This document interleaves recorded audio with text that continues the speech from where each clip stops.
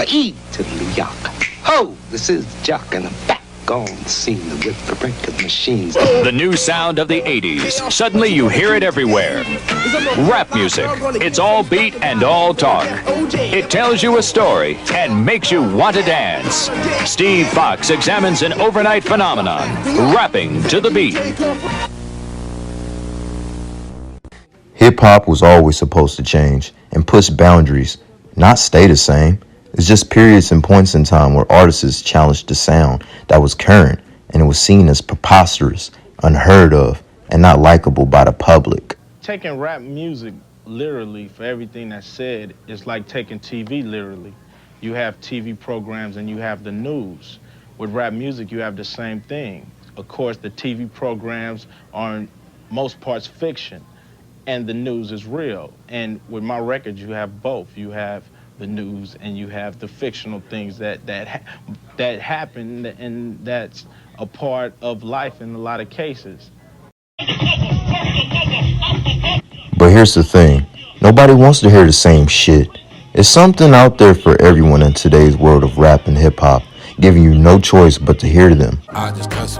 We continue to witness the progression of these artists, especially the millennials coming off the Biggie and Pac, and then Kanye hits the scene. To the south, we got Outkast, to 50 Cent, Pharrell, Missy Elliott, artists that did what? Push boundaries in the growth of hip-hop and rap. And respectfully using samples and sounds from other eras and creating their own vibe, their own wave. And then now it's Playboi Carti, Tyler the Creator, Lil Uzi, Larry June, Coi Leray, Ice Spice, Yeet, 21 Savage, etc., etc. Artists that create their own lane, own communities, and followings that love and respect their growth and sound. It's always going to be something new. When a person decides to be themselves, they offer something no one else can be. Yeah, because once you be you, who could be you but you? Right. At one point, people called the shit Busta Rhymes did voodoo shit. But honestly, the run he's had for the last 30 plus years, from battle rap and Jay-Z and Biggie in high school, to futuristic videos with Janet Jackson, to acting in some of our favorite classics, like... I mean, imagine if he didn't. We probably wouldn't have a Missy Elliott-inspired music videos. We wouldn't even have Lupe Fiasco or Odd Future just trying things, doing things that didn't seem normal at the time. Hip-hop ain't never been about following rules. It's been about doing what you feel. I'm gonna take the Louis, I'm gonna throw it like this, I'm gonna do it with the polo, I'm gonna do it like this. Even like the way I talk. Hold on, let me use my African-American voice. Let me use my Disney-approved voice. You know what I'm saying? We're not even speaking in our own language, bro. In the world of movies, the internet, video games, fashion, and other genres, we're bound to collide. To soulful Smokey Robinson, or funky James Brown, into modern jukebox joints with A$AP Rocky. Esoteric music of MF Doom that focus on ill bars, inspiring a West Side Gun production, or a young Tyler the Creator and Earl Sweatshirt to just be yourself and to try it no matter how weird. To lyrical miracle rap in the era of Rakim and Eric B, making a comeback with the help of Dr. Dre, talking to Eminem, and allowing rappers like Suicide Boys to do what they do best. To having Little Brother and Life Wonder making it possible for J. Cole in North Carolina. Hip-hop and rap culture is the biggest influence still today. But we culture. Rap the new rock and roll. We culture. Rap is the new rock and roll. We the rock stars. It's been like that now for a minute. It's been like that for a minute, Hedy Slimane. It's been like that for a minute. And we the real rock stars, and I'm the biggest of all of them. Wow. I'm the #1 rock star on the planet. People call it subgenres. I call it culture. I call it inspiration. I call it a change of recipe.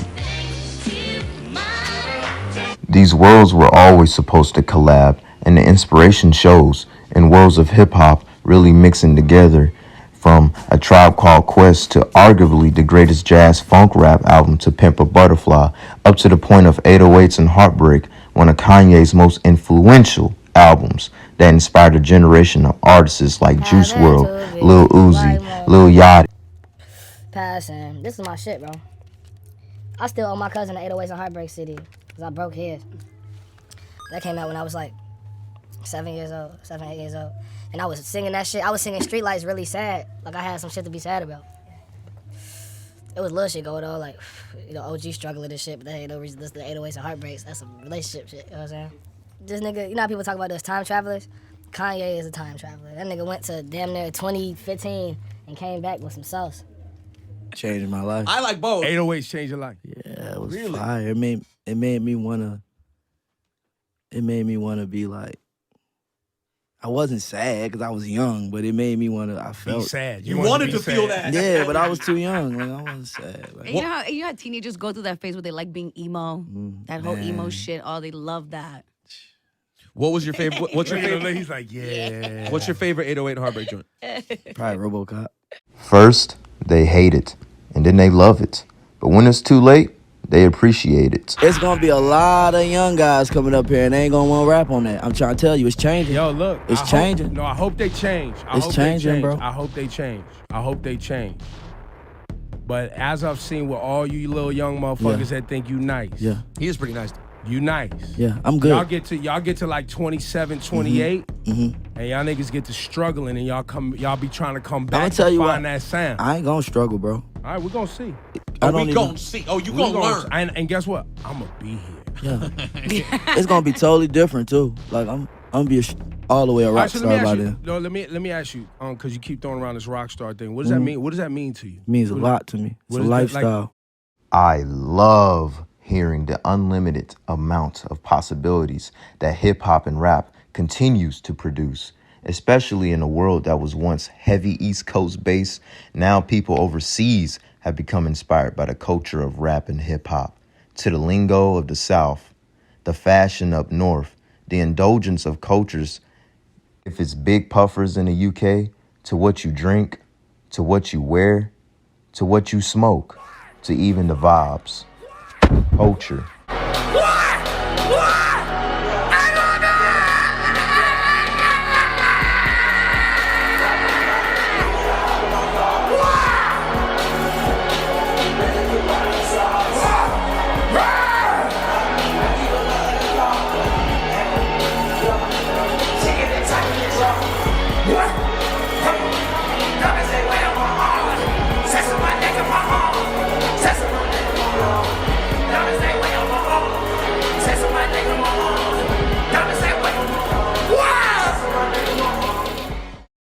I have high gratitude for the older generation that not only notices, but steps in and gives that support of, hey, young one, what you're doing for hip hop and rap is great.